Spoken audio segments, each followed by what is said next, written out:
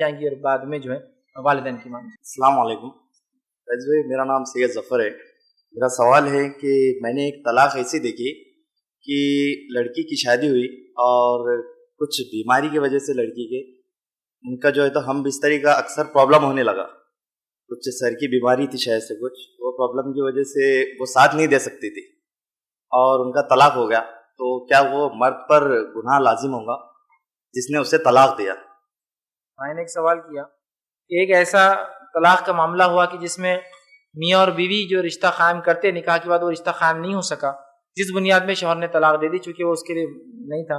یاد رکھیں، نکاح کے مقاصد میں سے جو ایک اہم مقصد ہے وہ ہے شرمگاہ کی حفاظت، نظروں کا نیچی رکھنا، جسمانی تسکین پانا، اولاد کی پیدائش ہونا. اب ظاہر سی بات ہے نکاح تو ہوا لیکن جو بنیادی مقاصد تھے وہ کچھ بھی پورے نہیں ہو پا رہے. صرف نکاح ہوا، نہ اولاد کی پیدائش ہو سکتی ہے اب، ٹھیک ہے، نہ جسمانی تسکین انسان پا رہا ہے چونکہ کچھ مرض ہیں.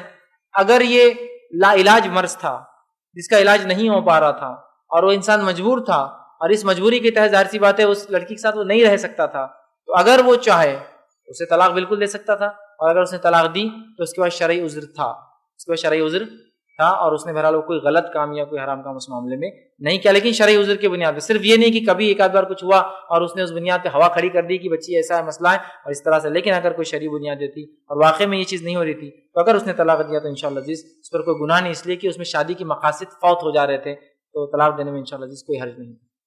شادی